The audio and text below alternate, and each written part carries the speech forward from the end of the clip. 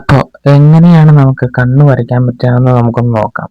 അതിനായിട്ട് ഞാൻ ആദ്യം സ്കെയിലൊക്കെ എടുത്ത് ഒരു കണ്ണിൻ്റെ ഒരു അളവ് അറിയാൻ വേണ്ടി ഒരു അളവിന് സ്കെയിലൊക്കെ ഇട്ട് വരയ്ക്കുകയാണ്.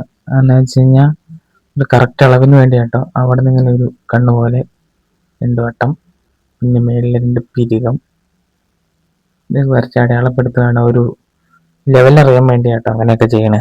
സ്പീഡിൽ കാണിക്കുന്നത് എന്താണെന്ന് വെച്ചാൽ വേറൊന്നും ആയിട്ടല്ല, ഞാൻ വരച്ചപ്പോൾ കുറച്ച് സമയം എടുത്തു. ഒരു കണ്ണ് വരയ്ക്കാൻ പറ്റാത്ത എന്നാന്ന് വെച്ച് കഴിഞ്ഞാൽ ഞാൻ വരച്ചുകൊണ്ടിരുന്നപ്പം വീഡിയോ ഓണാക്കാൻ മറന്നുപോയി. അതുകൊണ്ടാട്ടോ ഒരു കണ്ണ് കാണിക്കാൻ പറ്റാണ്ടിരുന്നത്. എന്തായാലും ഇങ്ങനെയൊക്കെ വരച്ച് ഷെയ്ഡ് ചെയ്തുകൊണ്ടിരിക്കുകയാണ് നമ്മൾ.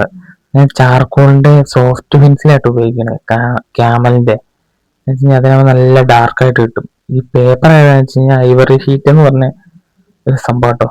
നല്ല അടിപൊളിയാണ്. നിങ്ങൾ ഇതിലൊന്ന് മേടിച്ചൊന്ന് വരച്ചു നോക്കുക, സൂപ്പറായിരിക്കും.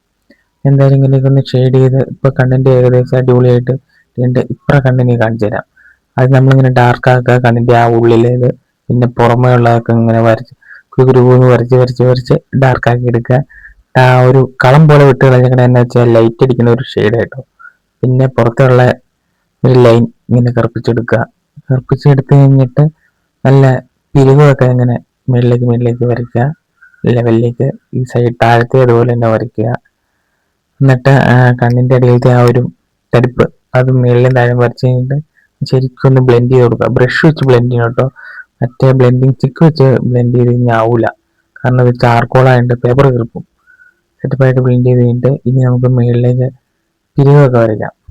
പിരികം തന്നെ ഇങ്ങനെ ഓരോ വരയായിട്ട് ഇങ്ങനെ വരച്ച് ലെവലാക്കി എടുക്കണം പിരികത്തിൻ്റെ ഷേപ്പിലേക്ക്.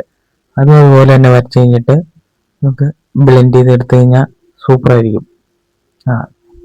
എങ്ങനെയുണ്ട്? സെറ്റപ്പ് അല്ലേ കാണാൻ? ഇതുപോലെ നമുക്ക് ഇങ്ങനെ ബ്ലെൻഡ് ചെയ്ത് എടുത്തു കഴിഞ്ഞാൽ കണ്ണ് നല്ല സൂപ്പറായിട്ട് വരയ്ക്കാൻ പറ്റും. എന്തായാലും ഇഷ്ടപ്പെട്ടെന്ന് തോന്നുന്നു.